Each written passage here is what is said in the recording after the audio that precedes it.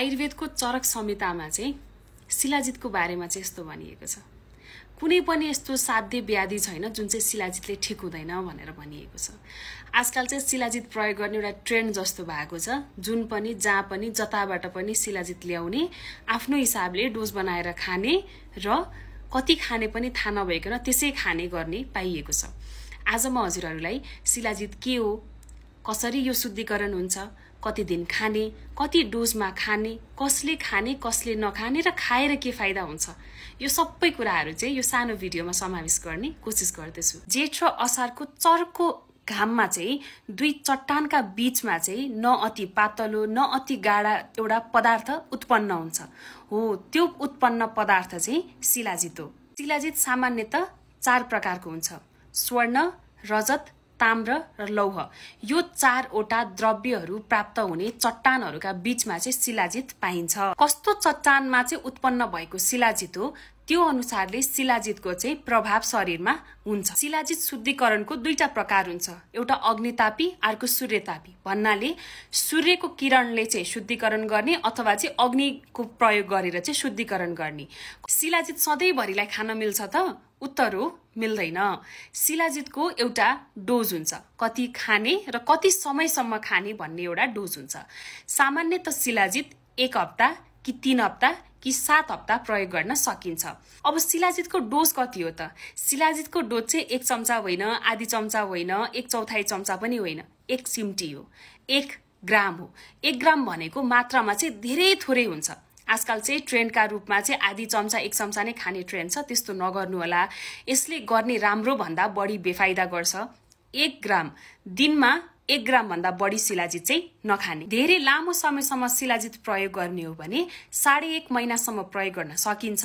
यो भन्दा बढी शिलाजित चाहिँ प्रयोग नगर्नु होला। शास्त्रमा चाहिँ सामान्य तरिकाले के भनिएको छ भन्दाखेरि यदि शिलाजित प्रयोग गर्ने हो भने चाहिँ दूधको आहार विहारहरू चाहिँ गर्नुपर्छ भनेर भनेको छ। अब सामान्यतः सधैँ दूध मात्र खाएर बस्न पोसिबल हुँदैन।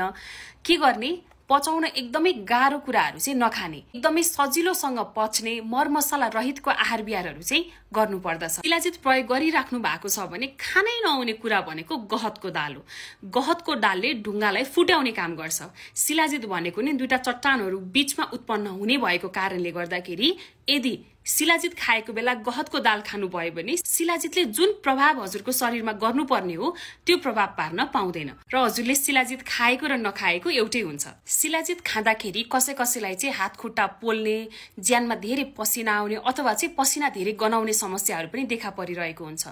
त्यस्तो मान्छेहरूले चाहिँ अथवा सामान्यतः पित्त प्रकृतिको मान्छेहरूले चाहिँ शिलाजित प्रयोग गर्नु हुँदैन। यदि पहिलेदेखि नै हात खुट्टामा धेरै पसिना आउँछ, पेट पोल्ने समस्या छ, हाइपर एसिडिटीको समस्याहरू छ भने हजुरहरूले शिलाजित प्रयोग नगरेको राम्रो। सामान्यतः शिलाजित हरेक रोगमा प्रयोग गर्न सकिन्छ। शिलाजित केमा प्रयोग गर्न सकिन्छ? अब अहिले एकदमै ट्रेन्डमा आएर होला यो सेक्सुअल डिस्फङ्क्सन अथवा चाहिँ इरेक्टाइल डिस्फङ्क्सन, प्रिमच्योर इज्याकुलेसनहरूमा चाहिँ प्रयोग हुन्छ।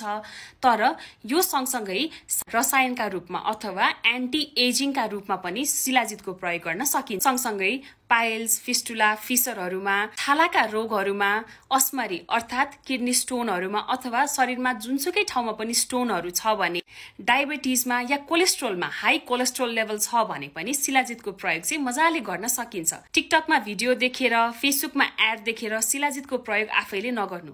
आयुर्वेद डाक्टरले हजुरलाई राम्रोसँग चेक जाँच गरेर सल्लाह सुझाव दिएर यति खानुस्, यसरी खानुस्, यो खाँदा यो खानुहोस् र यो नखानुहोस् नभनेसम्म आफैले चाहिँ शिलाजित प्रयोग चाहिँ नगर्नु होला। हजुरले ल्याएको शिलाजित ठिक छ कि छैन भनेर जाँच्ने 5-7 वटा क्राइटेरियाहरू हुन्छ। त्यो क्राइटेरियाहरू मध्ये हजुरहरूले घरमै जाँच्न सक्ने 2टा क्राइटेरिया छ।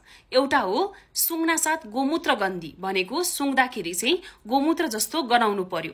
दोस्रो, हजुरले चाहिँ शिलाजितलाई पानीमा फाल्दाखेरि बिस्तारै फैलिँदै तल गएर डुब्नु पर्यो। यति 2टा कुरा हुन्छ भने त्यो शिलाजित शुद्ध छ। यो सँगसँगै शिलाजित शुद्ध छ कि छैन भनेर चाहिँ आयुर्वेदबाट जाँच्ने 3-4 वटा अरू मापदण्ड छ। त्यो चाहिँ आयुर्वेद विशेषज्ञले गर्नुहुन्छ।